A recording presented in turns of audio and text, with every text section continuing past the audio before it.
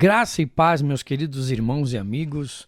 Obrigado por você estar aqui no nosso canal e quero compartilhar esse vídeo com você do nosso querido pastor Luciano Subirá, e agora completo, né?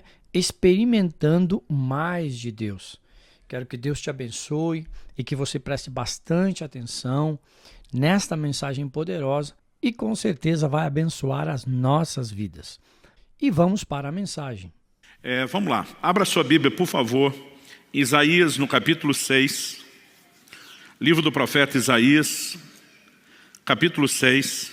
Nós vamos ler do versículo 1 até o versículo 8. Esse vai ser o nosso ponto de partida para aquilo que vamos compartilhar hoje. Isaías 6, a partir do verso 1, vou ler na Nova Almeida atualizada. O texto sagrado diz assim: no ano da morte do rei Uzias, eu vi o Senhor, assentado sobre um alto e sublime trono, e as abas das suas vestes enchiam o templo. Serafins estavam por cima dele, cada um tinha 6 asas, com 2 cobria o rosto, com 2 cobria os pés, e com 2 voava.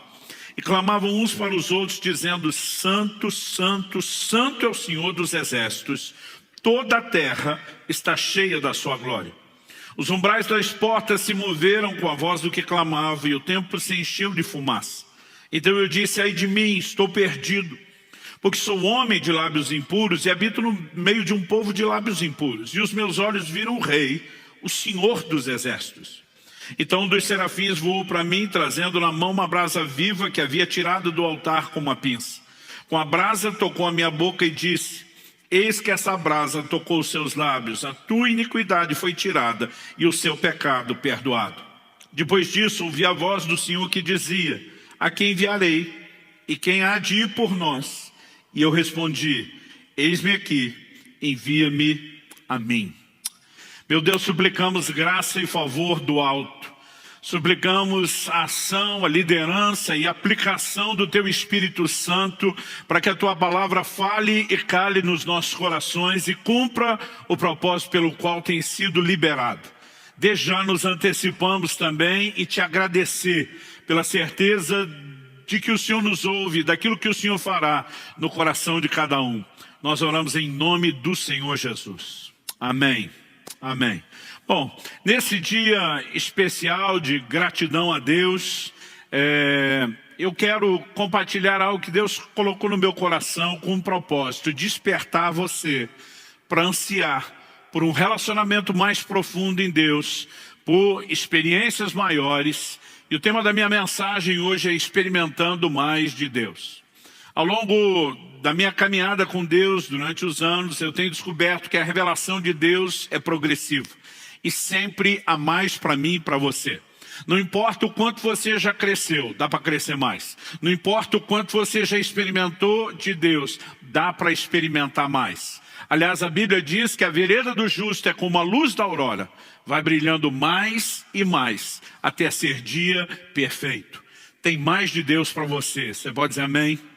Sabe, querido, nós temos vivido dias que têm chacoalhado muita gente, esse mais de 1 ano e meio de pandemia, mas eu quero lembrar a você que Deus não deixou de ser Deus, não deixou de ser extraordinária, incomparável, imensuravelmente grande, poderoso, e Ele há de fazer coisas extraordinárias nessa terra, na minha vida, na sua vida, e eu creio que Ele quer despertar em nós esse anseio. Eu me lembro que nesse processo de descoberta de que há cada vez mais e podemos entrar cada vez mais profundo nesse lugar de relacionamento em Deus, eu me lembro que em meados da década de 90, eu estava vivendo um momento assim de um despertamento. Me bateu aquele desespero, dizer: eu não posso encontrar um teto, não posso ficar aqui parado, limitado, eu quero mais de Deus. E eu estava não apenas buscando a Deus nos meus devocionais diários, no momento de oração que também tínhamos diariamente pela igreja na manhã. Parece que os cultos e mesmo as reuniões das células não eram suficientes, era um momento de tanta fome, de tanto anseio, de tanto desespero, que a gente improvisava vigília quase toda noite. Eu me lembro que essa época era inverno, e eu morava em Guarapuava, no interior, que chega a ser mais frio do que aqui. A gente já andava no carro com o kit vigília. Normalmente gostávamos de enveredar para o meio do mato para orar e no inverno não era uma tarefa fácil. Então a gente sempre tinha um casaco a mais, cachecol, né, luva, gorro. A gente andava com as caixas de papelão já abertas no porta-mala para poder forrar o chão e aguentar orar de joelhos naquele inverno. E eu lembro desse momento, esse anseio de Deus. Às vezes terminávamos um culto e não é que o culto não foi bom, mas a gente queria mais. E tinha um grupo de irmãos, os fominhas ali, que a gente, numa troca de olhares, já estava combinando. Vai rolar uma vigília depois, né? E a gente nessa levada. Então, eu lembro nesse momento, minha oração quase que diária era: Senhor, eu quero experimentar mais, eu quero experimentar mais, eu quero entrar nesse lugar mais profundo. E foi num desses momentos de oração que o Espírito Santo me dirigiu até esse texto de Isaías, capítulo 6. Eu gostaria que você olhasse para esse texto não apenas como um relato de um episódio na vida de Isaías, ou mera e simplesmente uma menção de um momento na história, né, do povo de Deus, o povo da aliança que Deus fez com Abraão, os hebreus, mas que você pudesse olhar para isso como algo que serve para mim e para você. O apóstolo Paulo diz: tudo quanto foi escrito para nosso ensino foi escrito. Ele também diz aos coríntios que essas coisas que aconteciam, né, aos santos do Velho Testamento foram registradas para nossa advertência, para nosso exemplo. E Deus, por meio desse texto, começou a me inspirar. Eu já vi muita gente dizendo que esse é o momento do chamado que Isaías tem para o ministério, quando ele ouve a pergunta: quem enviarei, quem há de ir por nós? E diz: eis-me aqui, Senhor, conta comigo. Mas a verdade é que Isaías já estava no ministério. Desde o capítulo 1 ele já está profetizando, ele já está servindo a Deus. Mas esse é o momento onde Isaías tem uma experiência ainda mais profunda com Deus. Mesmo em relação ao chamado para o ministério, ele é chamado para uma dimensão mais profunda, e não que ele não estivesse fazendo nada. E de repente eu comecei a pensar no que foi essa experiência. Tirando o aspecto místico, que deve ter sido impactante, de uma visão que ele tem no templo. Quando você começa a observar, a analisar aqui o desenho da experiência, algumas coisas me chamaram a atenção. Eu queria destacar 5 aspectos dessa experiência de Isaías, esperando que isso empolgue você. Em primeiro lugar, ele tem uma nova revelação de Deus. A revelação tanto da santidade de Deus como da realeza de Deus é algo singular até então nas Escrituras. Ele diz: os meus olhos viram o rei. Ele diz: ele estava sentado num trono. Trono é a cadeira dos governantes. Ele diz: as orlas do seu manto enchiam o templo. Ele está falando do manto real. Ele tem a revelação de Deus na sua santidade, na sua realeza, uma percepção, né, nunca antes experimentada, e talvez uma revelação que Deus não havia comunicado de maneira clara. Em segundo lugar, a Bíblia diz, né, que a voz daquele que clamava, uma referência aos serafins, a Bíblia diz que os limiares do templo foram chacoalhados. O templo era o centro, a sede de todo o culto e de toda atividade religiosa. Embora Deus se manifestasse lá, é óbvio, né, que não havia nada necessariamente sagrado no templo, a não ser a manifestação da presença de Deus. Mas quando Deus chacoalha aquela estrutura, de alguma forma, né, o que ele falou e inspirou o meu coração analisando a experiência de Isaías, trazendo uma aplicação já bem personalizada, é que todos nós precisamos de uma experiência que chacoalhe os alicerces de religiosidade da nossa vida. Que nos leve a não apenas permanecer dentro das regras de funcionamento. Embora a gente se mova dentro delas, precisa haver algo maior na minha e na sua vida. Em terceiro lugar, a Bíblia diz que a casa se encheu de fumaça. E isso é recorrente na Bíblia. Quase sempre que você tem uma revelação da glória, né, a chamada Shekinah, a glória de Deus, a Bíblia fala ou de nuvem ou de fumaça. De alguma forma é como se Deus claramente estivesse dizendo: eu quero turvar a sua visão. E visto que Deus não trabalha na contramão e nem de forma negativa, nós precisamos entender qual seria o propósito de turvar uma visão. Quase sempre que o aspecto negativo aparece, ele, na verdade, precede e antecede uma substituição por algo positivo. Por exemplo, para o profeta Jeremias, Deus diz: eu te estabeleci para arrancares e plantares. Antes de plantar nova planta, arranca velho. Deus diz: eu te estabeleci para derrubares e para edificares. Antes de edificar um novo prédio, derruba-se o anterior. Porque se o velho não for removido, não haverá lugar para o novo. Em quarto lugar, ele tem uma percepção da sua limitação, do seu pecado. Ele se vê como um homem de lábios impuros, e como diz outra versão, que habitava no meio de um povo de impuros lábios. Mas ele não tem apenas a percepção do seu pecado ou das suas limitações.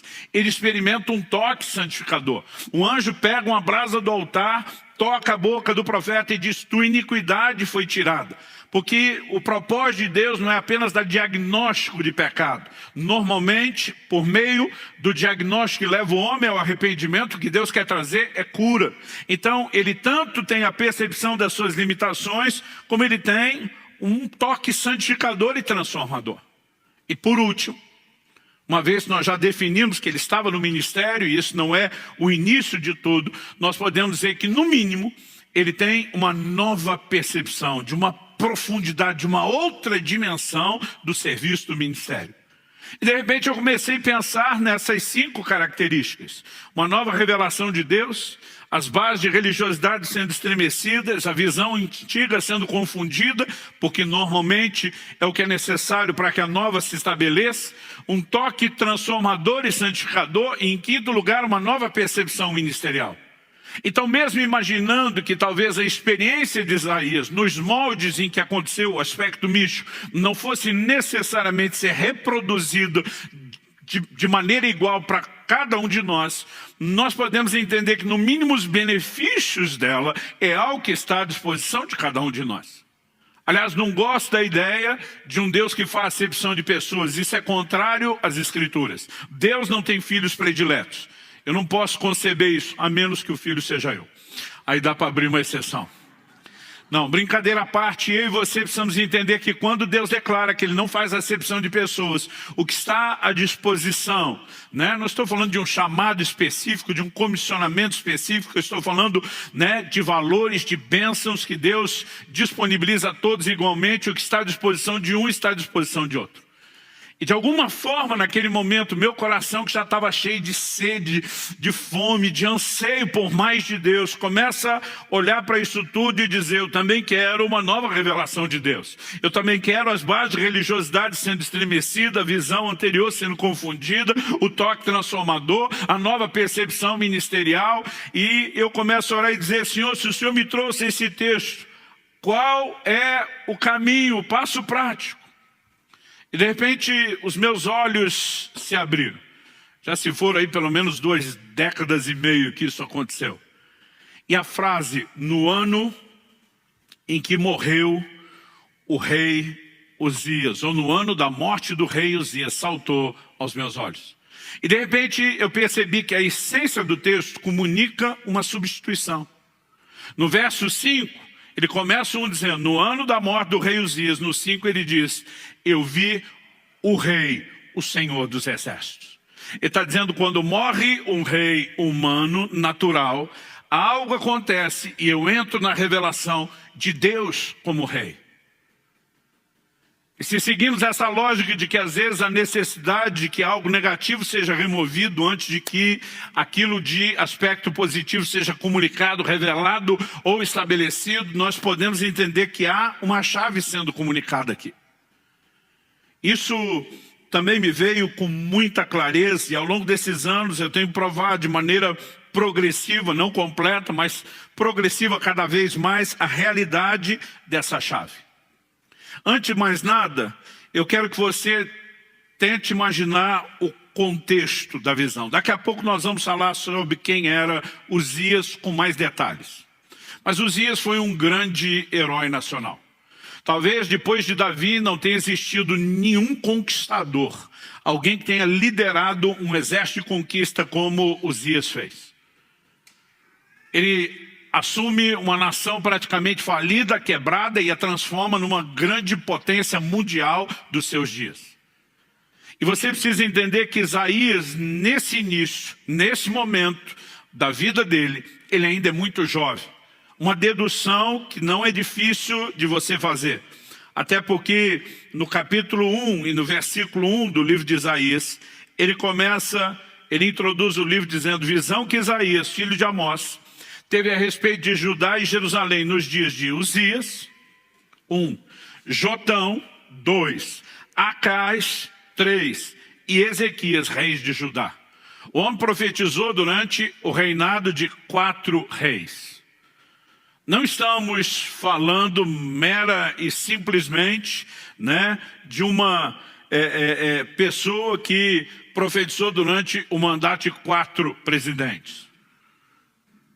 Nosso mandato é de apenas 4 anos.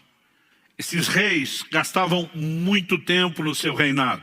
Para você ter uma ideia, só o próprio rei Uzias, que é o primeiro aqui da lista, a Bíblia diz, em 2 Crônicas 26, daqui a pouco nós vamos para lá, que ele reinou 52 anos em Jerusalém. Só Ezequias. Como seria possível Isaías profetizar durante o reinado de 4 gerações? De outros 3 reis que sucederam Uzias. A única conta, mesmo que você dê bastante longevidade a Isaías, é que ele começou muito novo no finalzinho do reinado de Ezequias e ele termina bem velho no comecinho, no reinado de Uzias, e ele termina bem velho no comecinho do reinado de Ezequias. Senão essa conta não fecha. E por que é importante para mim situar Isaías como alguém novo no final do reinado de Uzias? O homem reinou 52 anos, ele já está falando da morte. Então, não são deduções difíceis. Mas por que é importante reconhecer isso? Porque, primeiro, Isaías, como alguém novo, era bem mais facilmente impressionável do que uma pessoa de mais idade. E segundo, Uzias já havia se tornado esse grande herói. Então, o impacto que ele teve, na nação e sobre Isaías é inegável. Mas o que significa essa substituição? Porque quando ele morre, vem a revelação de Deus. Ou porque Deus decidiu comunicar isso. Porque Uzias, ele também nos transmite uma figura muito específica, muito particular. E para que a gente entenda o que é Uzias, o rei natural, morrer, para que os nossos olhos vejam o rei numa dimensão mais profunda, a gente então precisa entender, o que simboliza Uzias. Então, em segundo lugar, primeiro eu falei da necessidade de uma troca, para se viver essa experiência mais profunda, o rei natural morrer, para que os nossos olhos vejam o rei. Em segundo lugar, vamos procurar entender junto o que Uzias simboliza. Então, você pode me acompanhar em 2 Crônicas, segundo livro de Crônicas, capítulo 26. Eu vou ler a partir do versículo 3, e nós vamos juntos aí até o 16. Aqui nos dá um bom retrato do que foi Uzias e o seu reinado. O texto diz assim: Uzias tinha 16 anos de idade quando começou a reinar, e reinou 52 anos em Jerusalém. A mãe dele se chamava Jecolias e era de Jerusalém. Ele fez o que era reto aos olhos do Senhor, segundo tudo que Amazias, seu pai, havia feito.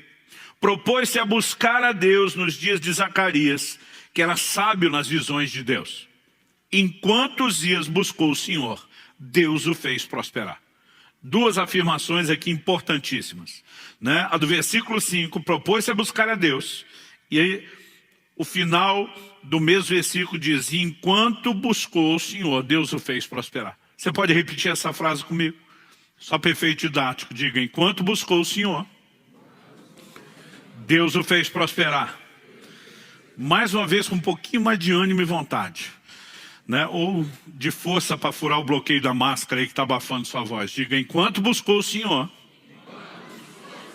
Deus o fez prosperar. Agora, a partir do versículo 6, nós temos um resumo do que foi essa prosperidade. O texto diz: ele foi e guerreou contra os filisteus, destruiu as muralhas de Gate, de Jabne e de Asdod. Construiu cidades no território de Asdod entre os filisteus. Deus o ajudou contra os filisteus, contra os árabes que moravam em Gur-Baal e contra os meunitas. Os amonitas pagavam tributo a Uzias, que chegou a ser tão poderoso que a sua fama se espalhou até a entrada do Egito. A frase até a entrada do Egito não significa muito para nós. Mas quando a Bíblia está falando aqui dos filisteus, dos amonitas, dos povos em volta, está falando da expansão do reinado de Uzias. O Egito, que foi uma grande potência na antiguidade, nos dias de Uzias, ficou recolhido do portão de casa para dentro. Quando a Bíblia diz que sua fama foi até a entrada do Egito, está dizendo isso. O Egito não saía, permaneceu forte apenas no seu território e Uzias estabeleceu o seu domínio a ponto de manter Faraó e o seu exército dentro do quintal de casa, sem sair ou avançar para lugar nenhum. O verso 9 diz o seguinte: Uzias construiu torres em Jerusalém, junto ao portão da esquina, junto ao portão do vale, junto ao portão do ângulo, e as fortificou. Também construiu torres no deserto e cavou muitas cisternas, porque tinha muito gado, tanto na Cefelá como nas campinas. Tinha lavradores e vinhateiros nos montes e nos campos férteis, porque era amigo da agricultura. Aqui a Bíblia fala não só do investimento na agropecuária, que era o que movimentava a economia, né? Mas fala de todas as estruturas de defesa. Esse camarada assume uma nação praticamente falida, quebrada, e vai transformando ela paulatinamente ao longo dos anos numa grande potência. O texto continua e diz no 11, Uzias tinha um exército de homens preparados para a guerra, que saíam para a batalha em tropas, segundo a lista feita pelo escrivão Jeiel e pelo oficial Maazéia, sob a direção de Ananias, um dos oficiais do rei. O número total dos chefes das famílias, homens valentes, era de 2.600. Isso aqui era só a tropa de elite. 13. Debaixo das suas ordens, havia um exército guerreiro de 307.500 homens que faziam a guerra com grande poder para ajudar o rei contra os seus inimigos. Uzias preparou para todo exército escudos, lanças, capacetes, couraças, arcos e até fundas para tirar pedras. Em Jerusalém ele fabricou máquinas inventadas por homens peritos que foram colocadas nas torres e nos cantos das muralhas para atirarem flechas e grandes pedras. A fama de Uzias se espalhou até muito longe, porque ele foi maravilhosamente ajudado. Lembra que o versículo 7 diz que Deus o ajudou. Aqui o texto diz que ele foi maravilhosamente ajudado. E aqui é onde começa a entornar o caldo. Verso 15. Até que se tornou muito poderoso. Uzias, ele encarna como talvez quase nenhum outro personagem bíblico o faz. O que nós podemos chamar da busca interesseira. Ele busca a Deus, enquanto ele busca o Senhor, Deus o faz prosperar, até que se tornou poderoso. Então o verso 16 dá início ao processo de ruína e diz, mas depois que Uzias se tornou poderoso, o coração dele se exaltou, outra versão diz, se corrompeu para a sua própria ruína. E daqui a pouco nós vamos falar do pecado dele. Mas Uzias representa alguém que busca Deus, usando Deus apenas como meio para alcançar os seus objetivos, o seu próprio fim, aquilo que estava no seu coração. É lógico que o ser humano, por natureza pecaminosa, diga-se de passagem, tem essa inclinação. Não podemos dizer que isso é exclusividade de Uzias. E justamente por não ser um problema só dele, e ser um problema generalizado, é que Deus pode usá-lo como uma figura para algo que precisa ser trabalhado nas nossas vidas. E naquele dia, o que Deus falou com muita clareza, se você quer experimentar mais, se você quer, usando a linguagem de videogame, que eu aprendi com meu filho quando garoto em casa, se você quer passar de fase, se você quer ir para o próximo nível, se você quer experimentar algo mais, Uzias tem que morrer. E quando Deus está falando de Uzias como aquele que simboliza a busca interesseira, eu começo a lembrar não só dos textos bíblicos.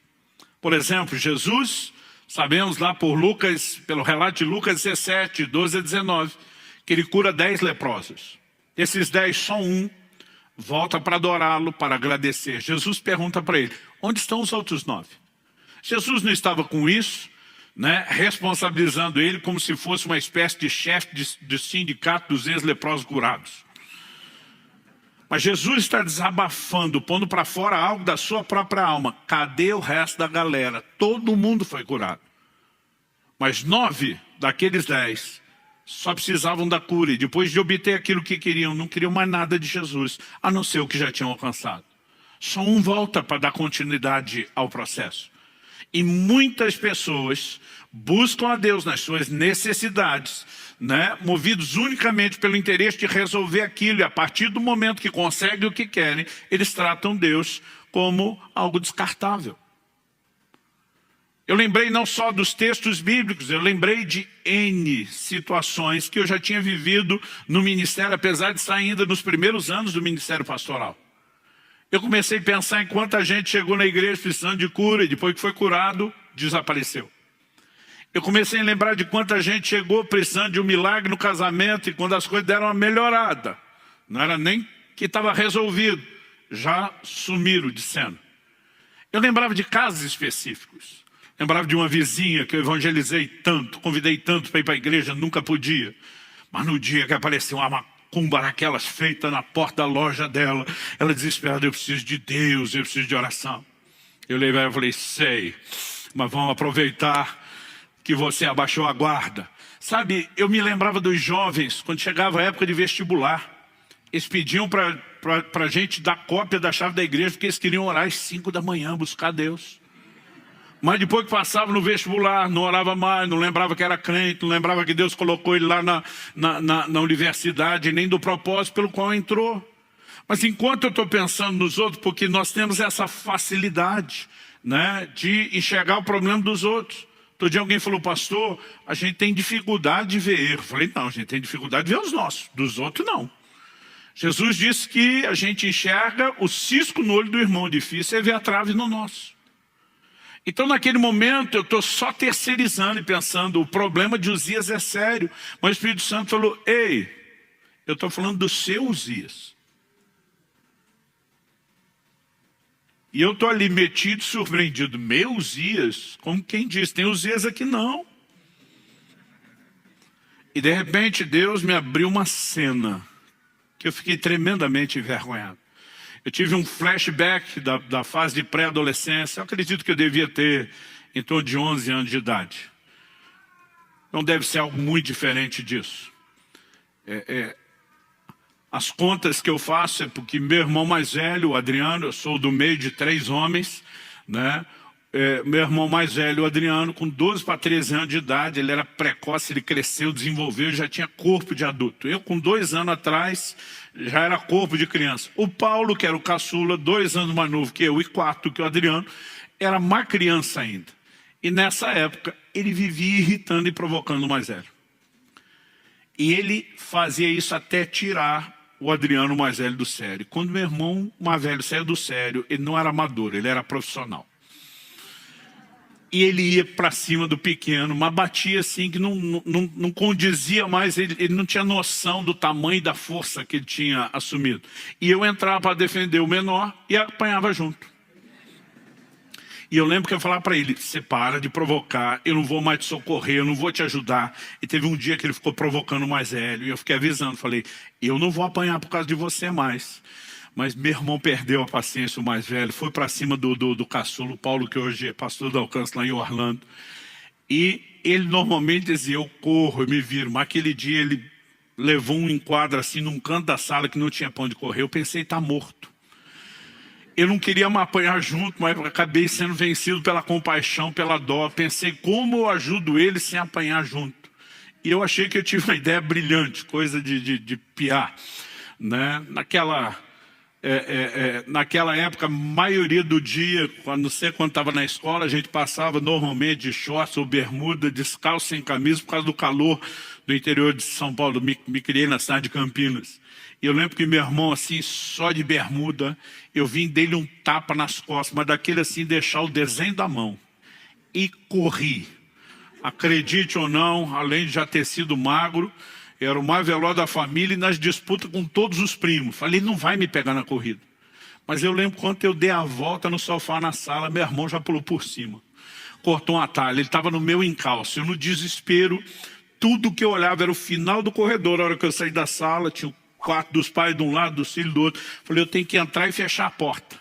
Mas eu vendo meu irmão no encalço, no desespero, eu Estou no meio do caminho, eu vejo uma vassoura encostada na parede.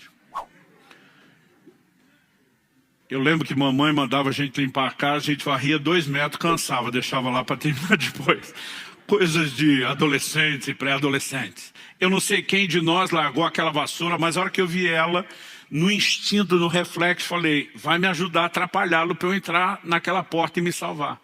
E, gente, até hoje eu não sei como que o negócio deu tão certo ou tão errado, né? Porque do jeito que eu passei correndo, corredor, eu acho que não dava 2 metros, devia ser 1,5 metro. Do jeito que eu passo correndo, eu pego aquela vassoura e correndo eu viro e jogo ela só para tentar atrapalhá-lo. Não queria acertar e nem achei que daria para fazer um movimento tão rápido. Mas ela foi reta a vassoura, assim, com aqueles arremessos de dardo, e a ponta do cabo de vassoura pegou na garganta do meu irmão. Eu não sei se empurrou o gogó para dentro, o que foi. Eu só lembro das pernas dele levantando, ele caindo de costa. Eu assustado, porque acho que não foi só a força do golpe, a velocidade dele. Ele começa a debater no chão. Primeiro eu acho que ele está fingindo, fico naquela, vou ajudar, e se ele me pega, estou tentando entender o que é que está acontecendo. Eu não sei se foi o medo, mas a impressão que eu tinha que meu irmão estava mudando de cor, que ele realmente não estava respirando. Entrei pela porta que eu devia ter pensado antes do banheiro, no meio do corredor. Fechei a porta, por precaução, tranquei, dobrei meus joelhos e orei como eu nunca tinha orado. Deus, não deixe meu irmão morrer, eu não quero ser preso. Não sei nem se eu estava preocupado com ele. E eu comecei a clamar a Deus como eu nunca tinha feito até aquela idade. Falei, se o Senhor salvar meu irmão, não deixar ele morrer, eu prometo que eu nunca mais brigo com ele. Eu ainda estava orando, não tinha terminado a oração. Um chute na porta. Até quando papai faleceu anos atrás, nós fomos buscar a mamãe para morar com a gente aqui no Paraná, tinha ainda um buraco remendado na porta que ele tinha feito. Aí quando eu digo que ele perdia a paciência, vocês me acreditem. A hora que deu o chute, que eu vi estar vivo, gente, eu nem terminei a oração, não teve nome de Jesus, amém. Eu levantei, já chutei a porta, pega eu, derruba a porta, quero ver. E continuei a briga do outro lado da porta. Deus me fez ver aquela cena, e gente, eu fiquei com tanta vergonha, eu falei, Deus, eu era criança. Quando você é adolescente, você acha que é adulto. Quando interessa, você diz, eu era criança, dá um desconto. O Espírito Santo diz, eu dou, vamos pular para a sua fase adulta. E diz, quando você começou o ministério, você passava horas e horas, trancado todos os dias orando. Por que você já não faz isso como fazia antes? Falei, eu era solteiro. Agora sou casado, tenho família, pastorei, não tenho mais o mesmo tempo. Ele falou, essa é a desculpa que você resolveu acreditar. E diz, lá atrás você queria muito viver as coisas que você vive hoje. Embora você diga que estava naquele quarto me buscando, você estava apenas buscando o que você conseguiu. E agora, porque conseguiu, você já não tem mais interesse em mim. E por vergonha eu vou parar aqui. Naquela hora, ele começou a mostrar a trave do meu olho que eu não enxergava. E eu quero te dizer, não dá para dizer o quanto, mas todos temos alguma coisa de Uzias dentro de nós. Todos temos algum elemento dessa busca interesseira, que às vezes valoriza mais o que ele faz do que a pessoa que ele é.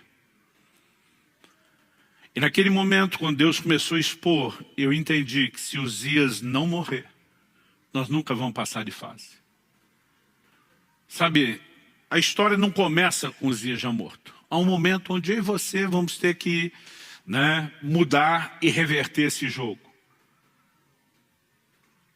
Mas quando eu consegui entender aquele desenho, além de ter chorado muito e me arrependi diante de Deus, o meu desespero enquanto lia a respeito do assunto foi procurar entender como Uzias morre. E antes de falar isso, e é com isso que nós vamos encerrar, eu quero só destacar que, ao longo das Escrituras, nós vemos Deus revelando de forma recorrente, um pedaço aqui, uma parte do quebra-cabeça lá, outra em outro lugar, o desenho de como Ele espera que nós nos relacionemos com Ele. Por exemplo, Deus diz num determinado momento para Moisés, eu não vou mais, depois de ter tirado o povo de Israel do Egito, estar indo em direção a Canaã, Deus diz, eu não vou mais subir no meio de vocês, por causa dos pecados do povo. O Senhor disse para Moisés, o meu anjo vai à frente de vocês, vai livrar vocês, vai operar os milagres que vocês precisam, vai garantir que vocês entrem na terra prometida e tenham a bênção. Mas Deus disse, eu mesmo não vou mais no meio de vocês. Moisés se levanta diante de Deus e diz, se o Senhor não vai conosco, não nos faça sair desse lugar. O que é que Moisés estava dizendo? Nós não estamos interessados apenas na sua bênção e no seu favor. Se não é para ter a tua presença, nós não vamos a lugar nenhum. Nós abrimos mão da bênção de qualquer favor.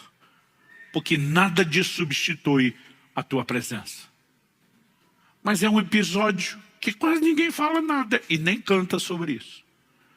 Mas quando a gente chega em Jacó, Jacó lutou com o anjo de Deus e diz, não te deixarei enquanto não me abençoar. Gente, a Bíblia fala que era o anjo do Senhor. Essa expressão o, artigo definido, e não um artigo indefinido, normalmente é uma teofania. É uma aparição do próprio Deus, ainda que uma revelação limitada dele. O próprio Deus está ali. E quando o anjo sinaliza, eu vou embora, ele diz, não. Primeiro você me abençoa, depois vaza. O que é que Jacó está dizendo? Estou nem aí que a sua presença vai embora, desde que a bênção fique. É a atitude inversa de Moisés. Mas a gente não canta sobre Moisés, a gente canta sobre Jacó. E Jacó segurou o anjo. E a ideia é essa, é agarrar a sua bênção. E depois deixa que Deus vai embora, porque você já conseguiu o que precisa. Sabe, não entenda mal o que eu estou dizendo. Eu não estou dizendo que Deus não faz, que Ele não quer fazer, e nem que nós não podemos desfrutar. Eu quero falar a respeito da motivação com que buscamos. A geração de Eli é a geração que perdeu a arca, que simbolizava a presença de Deus. A próxima geração, a geração de Davi, é a geração que trouxe e recuperou a arca. Há uma diferença enorme entre a geração que perdeu e a que recuperou. A que perdeu tratou Deus como? Como um mero amuleto, uma espécie de talismã.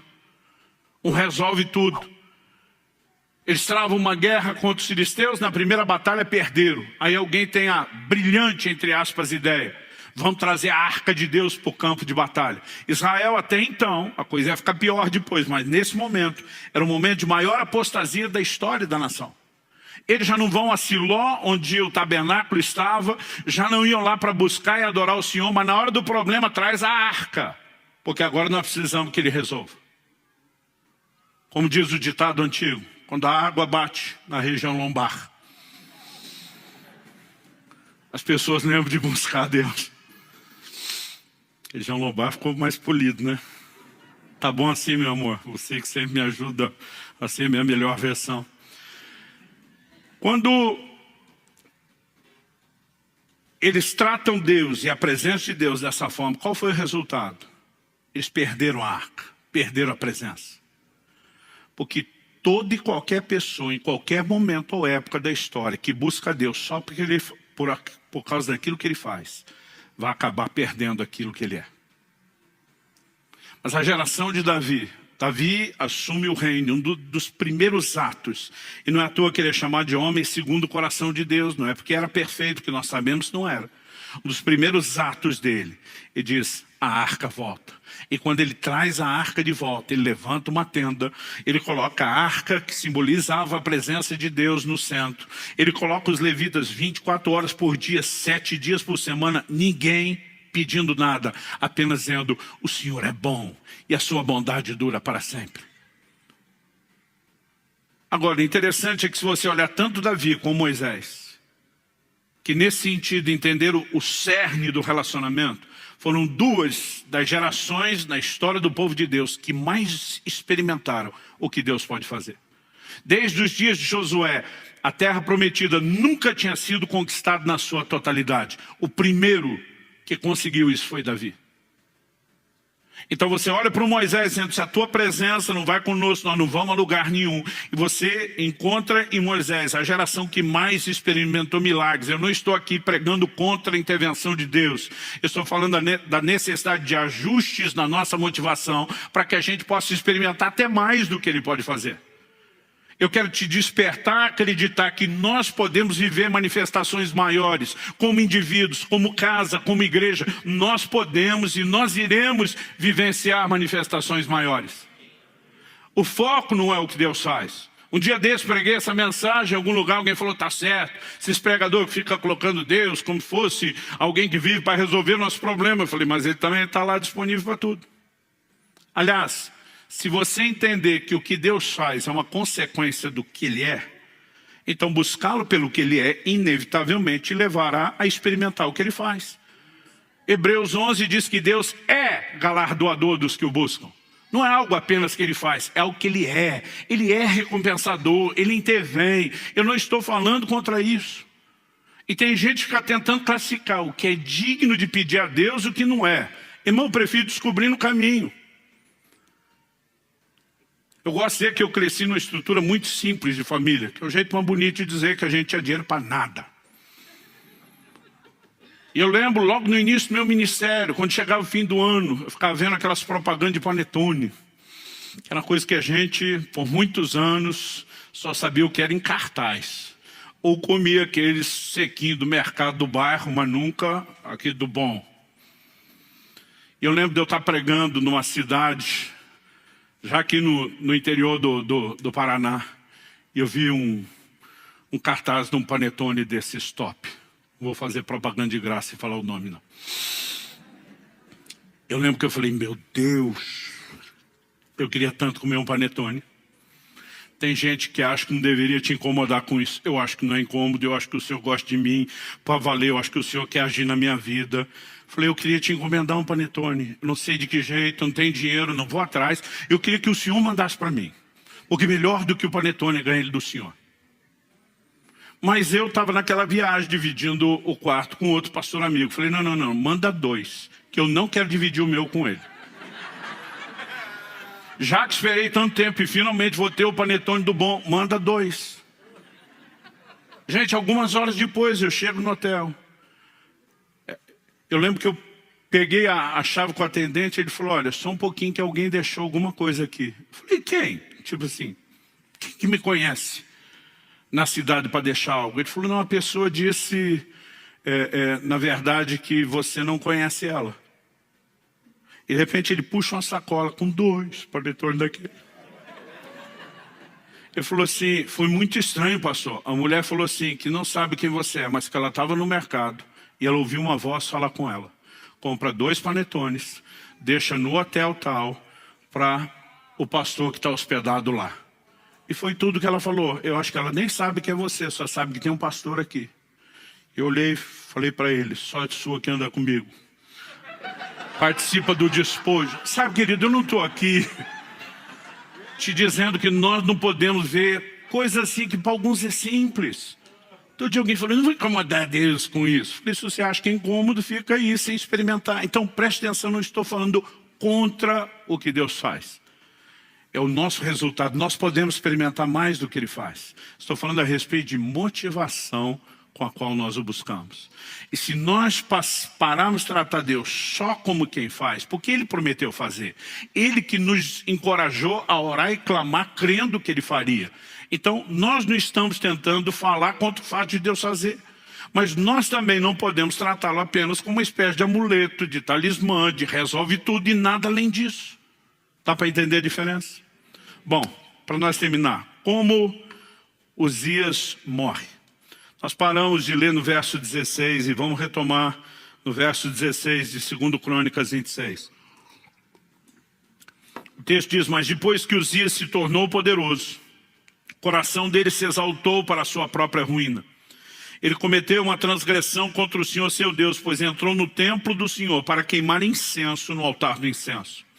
Porém o sacerdote Azarias entrou atrás dele, acompanhado de 80 sacerdotes do Senhor, homens da maior firmeza. Muitas versões traduziram homens corajosos. Eles enfrentaram o rei Uzias e lhe disseram, não compete a você, Uzias, queimar incenso diante do Senhor, mas aos sacerdotes, filhos de Arão, que são consagrados para esse serviço. Saia do santuário, porque você cometeu uma transgressão. Isso não lhe trará honra da parte do Senhor Deus. Então Uzias se indignou. E é com a indignação de Uzias você vai entender que a Bíblia chama Azarias e esses 80 sacerdotes de homens corajosos. Eles vão enfrentar o rei. Eu não sei você, mas quando criança eu ficava pensando, devia ser muito legal ser rei. Fazer o que você quiser, mandar em todo mundo, ter todos os seus desejos atendidos. Esse não é o tipo de gente que espera ser confrontado ou corrigido por ninguém. E por que eles vão em 80? Porque o rei não andava sozinho em lugar nenhum. Sempre tinha uma guarda pessoal para cuidar dele, para protegê-lo e para retalhar quem se levantasse contra o rei. Mas quando a Bíblia está chamando eles de corajosos, eles sabem o risco ao qual eles estão se expondo. Mas o posicionamento de indignação deles é maior do que a indignação de Uzias em si mesmado apenas consigo mesmo. Eles são indignados com a violação de princípios. Como que esse cara agora acha que porque foi abençoado por Deus, pode tratar Deus dessa forma e entrar nesse lugar que não pertence a ele? Só os sacerdotes levitas podiam oferecer o incenso. Mas de alguma forma, às vezes, até pessoas que vivem intervenções de Deus, elas começam a achar que são leis para si própria, né? Ou que porque Deus, de alguma forma, agiu em seu favor, as atendeu, as honrou, elas acham que estão acima das demais. Eles confrontaram. E nesse confronto que aconteceu, o texto diz 19, Uzias se indignou. Ele tinha um incensário na mão para queimar incenso. No momento em que ele se indignou contra os sacerdotes, a lepra lhe saiu na testa, ali mesmo, na presença dos sacerdotes, na casa do Senhor, junto ao altar do incenso. Quando o sumo sacerdote Azarias e todos os sacerdotes se voltaram para ele, eis que ele estava leproso na testa. Então apressadamente o tiraram dali, e até ele mesmo se apressou em sair, visto que o Senhor o havia ferido. Quem o feriu? O Senhor. Agora, por que o Senhor o feriu? Porque sacerdotes que não foram mandados, mas tiveram o bom senso de entender aquela desordem, aquela bagunça, o resistiram. Aqui nós temos a combinação de responsabilidade humana com intervenção divina. Quando nós assumimos um posicionamento claro, sensato, de acordo com aquilo que Deus já estabeleceu na sua palavra, e nos posicionamos, nós podemos ver o que é que Deus vai fazer. Uzias não é alguém que você mata. Uzias tem que ser ferido por Deus, mas Deus não fere sem que você fique indignado e revoltado contra as atitudes dele. O que é Uzias? É a busca interesseira. Ele vai se meter onde? Na oferta de incenso. A oferta de incenso tem uma figura muito clara no Novo Testamento. Apocalipse diz que o incenso são as orações dos santos. Salmo 141 diz: suba a ti a minha oração como incenso. O incenso sempre simbolizou as orações. E se você quer achar Uzias na sua vida, procure na vida de oração, porque é lá que ele aparece. É só você ver que a maior parte do tempo na nossa vida de oração, nós só pedimos para Deus o que a gente quer.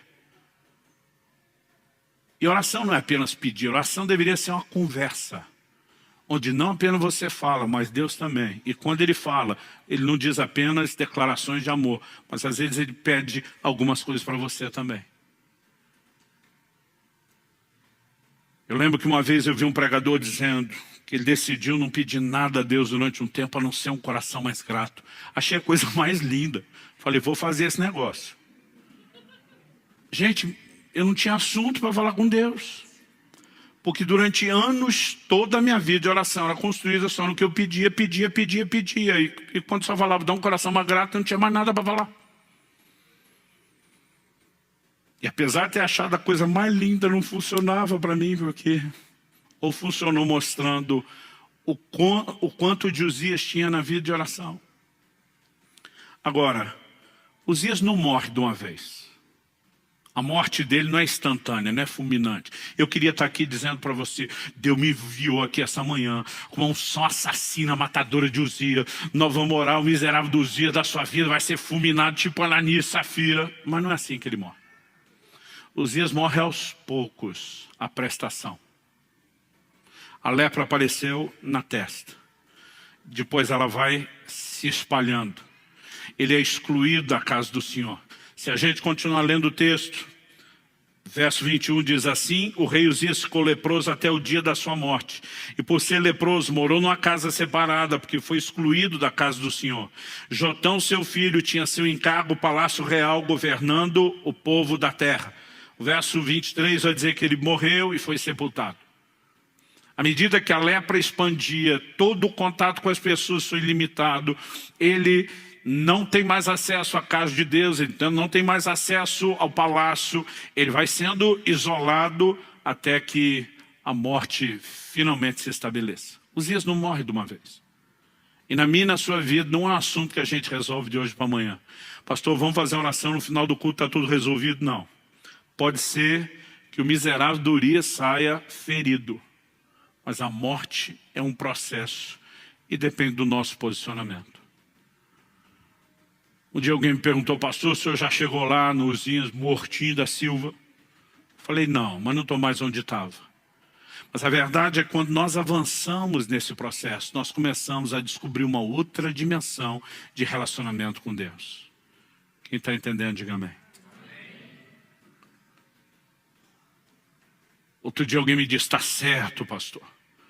A gente tem que mesmo dizer para as pessoas que elas não podem tratar Deus dessa forma. Gente, Deus sabia que nós iríamos tratá-lo dessa forma. E me parece que ele é tolerante por um tempo. Por quê? Porque isso tem a ver com entendimento e com maturidade. E ninguém começa com isso. 16 anos atrás, quando nós ainda estávamos nas reuniões de oração e planejamento, só a minha família, do Marciano, a respeito de começar a igreja, tem uma cena na minha memória que eu não esqueço. Eu sentado no sofá da sala de casa, e Lissa, minha linda filha, com 4 anos de idade no meu colo, ela segurando a minha bochecha e dizendo: você é o pai mais lindo do mundo. Eu amo você. Daí fazia carinho no meu cabelo. Eu já sabia o que vinha depois daquela sequência de elogio e carinho. Ela estendia a mão e dizia: me dá 2.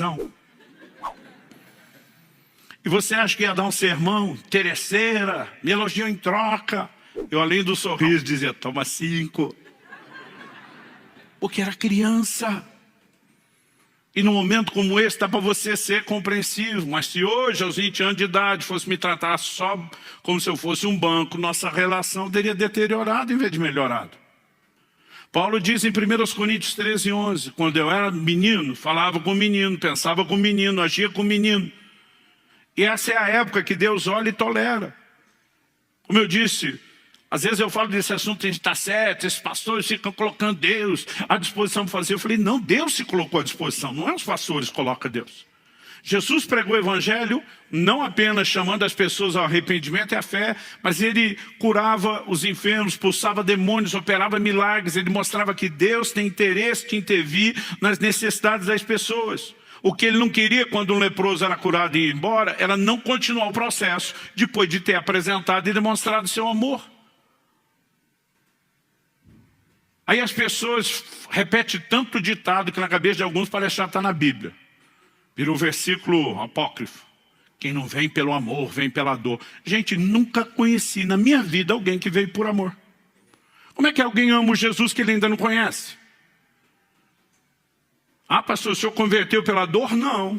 Eu ainda não tinha feito 3 anos de idade, nem tive tempo de passar pelas dores da vida. Mas por que eu entreguei minha vida a Jesus? Porque disseram que se eu não fizesse eu ia para o inferno. Eu não queria ir para o inferno. Falei que era Jesus. Pesa um, pesa outro. Falei: não sou besta nem nada, não quero inferno, quero Jesus. A gente vai amá-lo depois que vai conhecendo.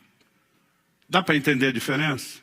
Agora, alguns vieram por uma grande dor física, por uma grande dor emocional, mas nenhum de nós veio sem interesse. E Deus no início olha para mim e para você e diz: ainda que seja por interesse, que pelo menos você venha a mim e me permita me revelar a você. A questão não é como chegamos, é como permaneceremos.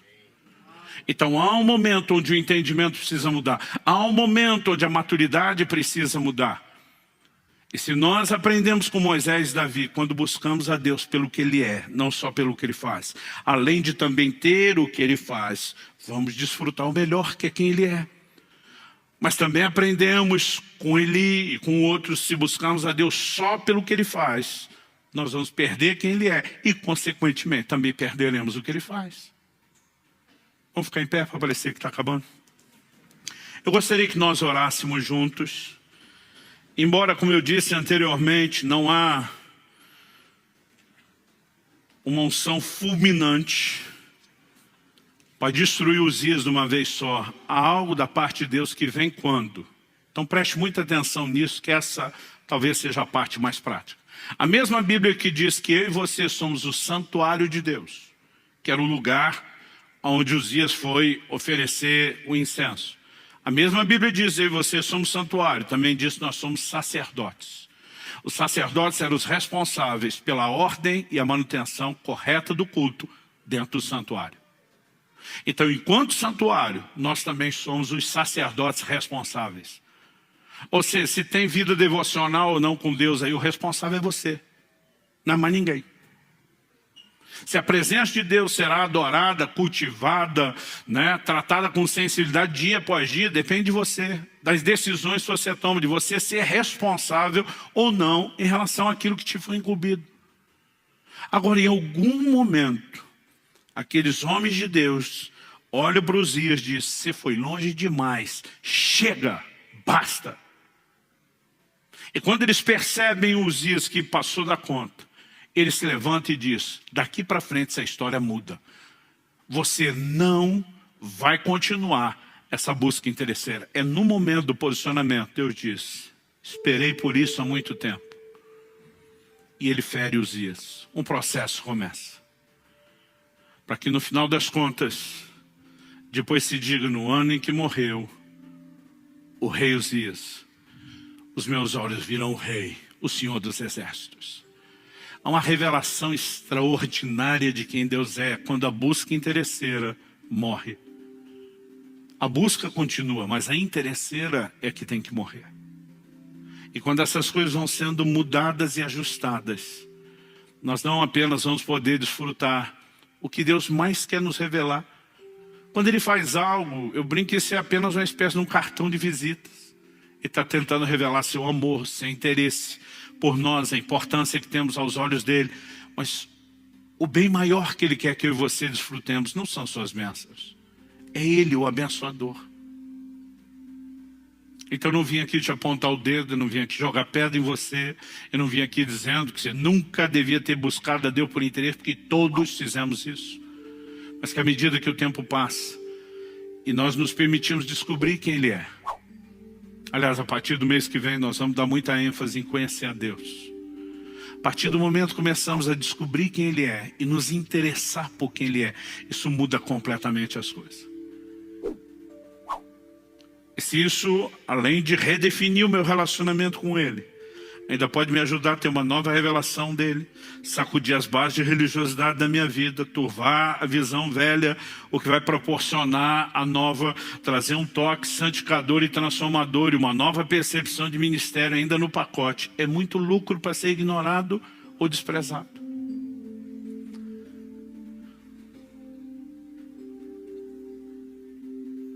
É lógico que há momentos quando Deus nos faz perceber alguns erros, que isso é constrangedor.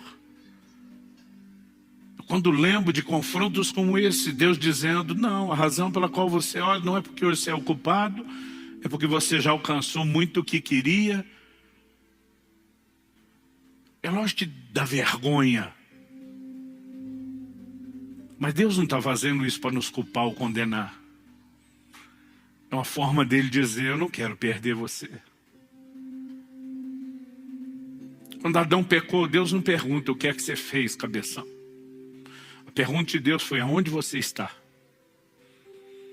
Em outras palavras, é como se ele dissesse, o problema não é o que você fez, é para onde o que você fez te levou, para longe de mim. Deus está dizendo, eu não quero você distante. Eu quero comunhão. Eu quero proximidade. Que Deus nos livre de sermos apenas religiosos, frequentadores do culto. Há algo maior, algo mais profundo. E eu e você podemos experimentar isso. É um convite amoroso da parte dele. Tudo que você precisa, além de dizer sim ao convite, é dizer não para Uzias, essa atitude. Eu queria que você fizesse isso no seu lugar. falasse com Deus do seu jeito, da sua maneira, com as suas palavras. Pai, a tua palavra foi comunicada. Mas nós precisamos de mais do que informação. E te pedimos mais uma vez, por entendimento espiritual e aplicação prática, vinda dos céus, vinda do Espírito da verdade.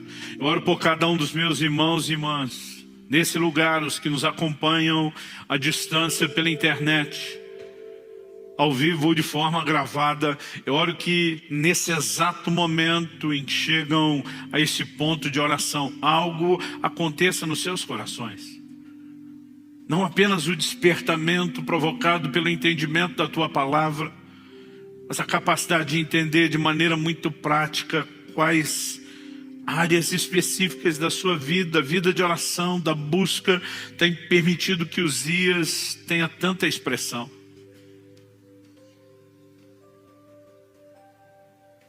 E queremos amadurecer ao ponto de não te buscar só pelo que o Senhor faz, mas primeiramente por causa de quem o Senhor é. Sabemos que inevitavelmente também teremos aquilo que o Senhor faz.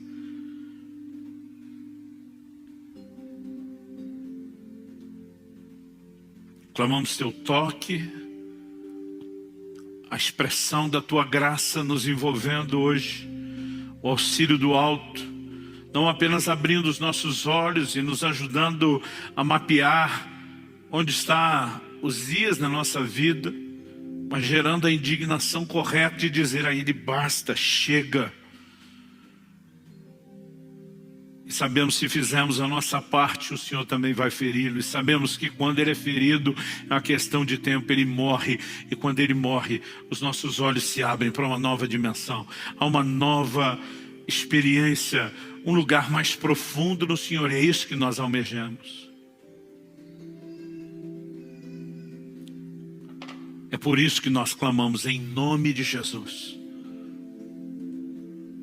Oramos não apenas por esse momento na vida e na história de cada um. Oramos que como igreja, Senhor, possamos adentrar os próximos anos vivendo coisas extraordinárias da parte do Senhor, como mero efeito colateral de um povo que entendeu o que é buscar o Senhor por causa de quem o Senhor é. Que venham dias onde isso que estamos, ó Deus, falando se torne de fato uma realidade profética, uma progressão constatada, não apenas na vida de indivíduos, mas do corpo. Nós oramos em nome de Jesus. Em nome de Jesus. Se você crê e concorda, diga amém.